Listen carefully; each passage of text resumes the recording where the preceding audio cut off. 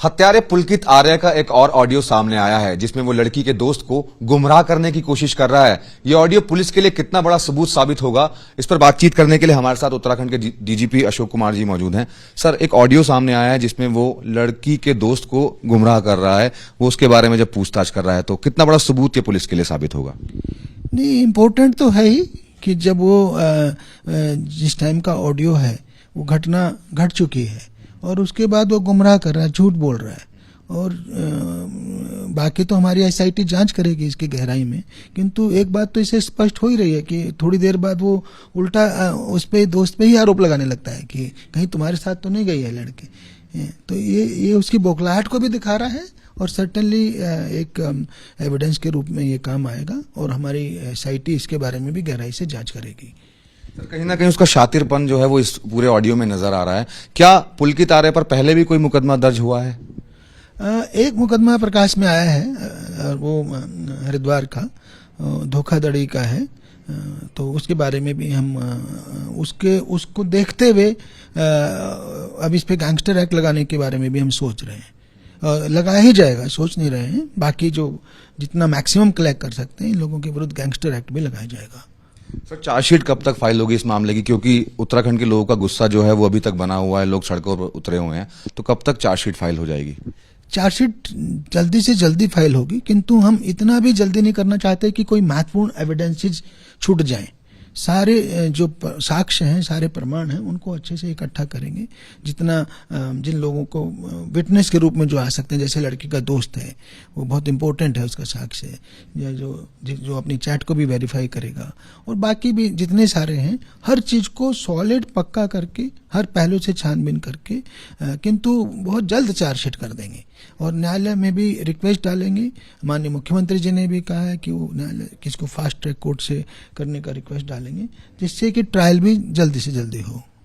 Sir, परिवार एक आरोप लगा रहा है कि जो रिजॉर्ट था उसको तोड़ दिया गया है क्योंकि वो अवैध रूप से बना था। उनका ये कहना है कि वहां से तमाम सबूत जो हैं वो मिट गए होंगे। इस पर आपका क्या कहना है सर? देखिए, मैंने अपने एडिशनल एसपी से बात की है, सुयाल, जो इसको शुरू से देख रहा था, और कल से हमारी एसआईटी ने भी टेक ओवर किया, उसमें डीआईजी भी आई हैं। उनके अनुसार कोई साक्ष्य हमारा जो है नष्ट नहीं हुआ है। हमारे पास सब साक्ष्य जो हमें चाहिए विवेचना के लिए, चार्जशीट के लिए, ट्रायल के लिए, वो सारे साक्ष्य अभी हमारे पास हैं। सर, अभी अंतिम संस्कार नहीं हुआ है। परिवार और जो उत्तराखंड की जनता है वो सड़कों पर बैठी हुई है। उनका कहना है कि फाइनल पोस्टमार्टम रिपोर्ट अभी तक नहीं आई है और वो अंतिम संस्कार नहीं कर रहे हैं। तो इस पर आप क्या कहेंगे सर लोगों से? मैं तो यही अपील करूंगा कि हमारा सहयोग करें, क्योंकि हमें जो है सभी चीज़ों का अपना समय होता है। दाह संस्कार समय से होना चाहिए। और रही पोस्टमार्टम की बात, प्रोविजनल रिपोर्ट आ ही चुकी है। हम डॉक्टर से जल्दबाजी करेंगे, उनका कुछ छूट गया, वो अपना समय ले रहे हैं। एम्स बहुत देश का बेस्ट हॉस्पिटल्स में से है, तो उनको जब वो आएगा समय से, वो पूरी डिटेल्ड रिपोर्ट बना रहे हैं। और मेरे विचार से उन्होंने कहा कि आज दे देंगे, आज जरूर शाम तक। तो उसका पोस्टमार्टम का इंतजार करने का संस्कार से कोई लिंक नहीं होना चाहिए। पोस्टमार्टम एक बहुत बड़ी चीज है और उसमें किसी भी तरह का इंटरफेरेंस ठीक नहीं है। डॉक्टर्स का क्षेत्र है, वो अपना बना रहे हैं। तो और वो संस्कार पहले करें या बाद में करें, उससे पोस्टमार्टम रिपोर्ट में तो कोई परिवर्तन आना नहीं है। तो इसलिए उसका इससे कोई लिंक मुझे सीधा समझ नहीं आ रहा है। मैं ये फिर से अपील यही करूंगा कि कृपया करके हमारा सहयोग करें, कानून व्यवस्था की स्थिति न पैदा करें। कुछ लोगों ने जाम भी लगा दिया, उससे तीर्थयात्री परेशान होते हैं, उससे हमारा टूरिज्म इफेक्ट होता है। ये सब भी ना करें। उसमें बहुत से लोगों की क्या पता उसी में कोई बच्चा लोकली, कोई हमारे पहाड़ के रहने वाले लोगों की कोई फैमिली फंसी हो, किसी को हॉस्पिटल जाना हो, तो कृपया करके ऐसा ना करें। ये मेरी रिक्वेस्ट है। सर, उत्तराखंड में कुछ और भी रिजॉर्ट हैं जो अवैध तरीके से बने हुए हैं। मुख्यमंत्री जी की तरफ से भी आदेश दिए गए हैं, उनके ऊपर भी कार्रवाई की जाएगी। तो पुलिस किस तरीके से एक्शन लेगा इस पर? देखिए, परसों माननीय मुख्यमंत्री जी ने आदेश दिए हैं कि इन सभी रिसोर्ट्स की जांच की जाए।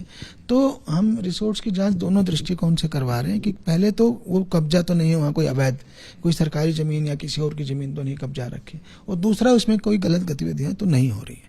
और हम लोगों से भी अपील की है कि अगर उनके संज्ञान में ऐसा कुछ है तो हमारे नॉलेज में जरूर लाएं। मेरा आखिरी सवाल, एक और जो जानकारी मिल रही है आसपास के लोगों से, इसी रिजॉर्ट के अंदर से कुछ महीने पहले एक लड़की गायब हो गई थी। क्या ऐसा कुछ था और क्या पुलिस के संज्ञान में कोई चीज है? देखिए, अभी तक की छानबीन से ऐसा पता नहीं चला है। फिर भी अगर किसी के पास ऐसी कोई सूचना है और हमें देते हैं तो जो है हम उस पर जरूर से जरूर कार्रवाई करेंगे। सर एक सवाल और, क्या आरोपियों को दोबारा रिमांड में लेकर के पूछताछ की जाएगी जिस तरीके से ऑडियो और चैट सामने आ रही हैं अब, क्योंकि कहीं ना कहीं पुलिस की इंटेरोगेशन को भी उन्होंने गलत साबित करने की कोशिश की है? नहीं, देखिए रिमांड तो लेना ही है, रिमांड तो लेना ही है। पोस्टमार्टम रिपोर्ट के बेसिस पे भी और बाकी जो चीज़ें सामने आई हैं तो रिमांड जरूर लिया जाएगा और गहराई से हमारी जो नई टीम है डीआईजी की अध्यक्षता में उनसे गहराई से पूछताछ करेगी। तो ये थे डीजीपी अशोक कुमार जी, जिन्होंने साफ तौर पर हमें ये बताया कि जो आरोपी हैं उन्हें एक बार फिर से रिमांड पर लिया जाएगा, क्योंकि जिस तरीके से अब ऑडियो सामने आया है और उसमें पुलकित आर्या साफ तौर पर झूठ बोलता हुआ नजर आ रहा है, यानी कहीं ना कहीं उसने पुलिस को भी इस पूरे मामले में गुमराह करने की कोशिश की है। कैमरामैन आदर्श नायर के साथ मनोज वर्मा, एबीपी न्यूज, देहरादून।